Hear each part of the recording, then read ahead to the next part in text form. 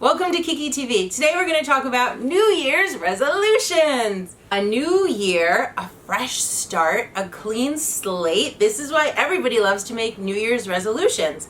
One study says that only 9% of people actually stick with the new resolution. So let's talk about how to make them actually stick. 2020! First, figure out what you want. What do you want to change? Is there a bad habit that you want to change? Is there a bad relationship that you want to change? Is there a lifestyle situation that you want to change? What's not working for you anymore? What are you going to do to make your life better? Now we got ourselves a resolution. Every year, millions of people make the New Year's resolution to lose weight.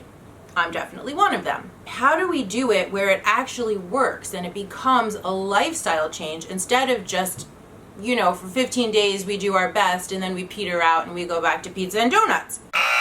Psychology says that you need to make small, achievable, measurable goals. So instead of saying, I want to lose 100 pounds in 2020, you say, I would like to lose 2 pounds a week. That brings us to the second tool of making your New Year's resolution stick. If you say you want to lose 2 pounds a week, then you have to write down exactly how you are going to do it. You just have to commit to 5 things that you are going to do. I am no longer going to have any food in the house that leads to me being unhealthy and eating badly. I am going to get a Fitbit and do 10,000 steps. I'm going to go to the gym 3 times a week, no matter what. I'm not going to eat at night. Like whatever it is, the thing that you want to do, write it down. And then make sure every day that you keep yourself accountable. And then you can get on the scale in the beginning of the week, at the end of the week, and you have a measurable goal and you have a list of things that you're doing every day. This kind of thing keeps you honest. And listen, here's the thing. Let's say you figure out what you want your resolution to be on January 10. Start January 10. Next, you want to replace a bad habit with a good habit. You don't want to say, I am no longer going to smoke. I'm no longer going to eat bad food. It's a habit and you've been programming yourself over and over and over, day after day, month after month, year after year to do the same exact thing. It's almost like we do it on autopilot at a certain point. So what you want to do is you want to stop that behavior, but you want to put something else in there so you are now doing that new healthy thing on autopilot. Eventually, it takes 40 days to make a habit so that you do the new healthy thing on autopilot. You're driving to work and you smoke every morning on the way to work.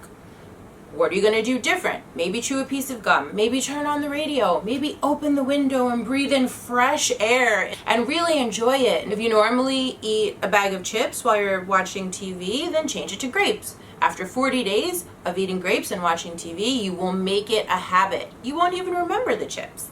The American Psychological Association also says, do not pick a whole bunch of New Year's resolutions. That is overwhelming. You will never be able to focus on all of those. Just pick one. Make it the most important thing and really make it stick. Focus on it. Write your program. Do the measurable goals. And once you have a handle on that one, then you pick the next thing to tackle. Take your time. Do it right. Isn't that a song? Do it right, we could do it, baby.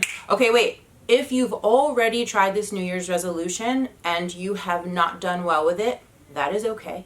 But really examine it and make sure that you understand why you failed last time so that you can put in what are called fail-safes that will make it so that you do not fail in the same way this time. You will be successful. If you fall, if you fail, if you make a mistake, if you regress, if you relapse, do not give it a second thought. Forgive yourself and keep going. Don't stop.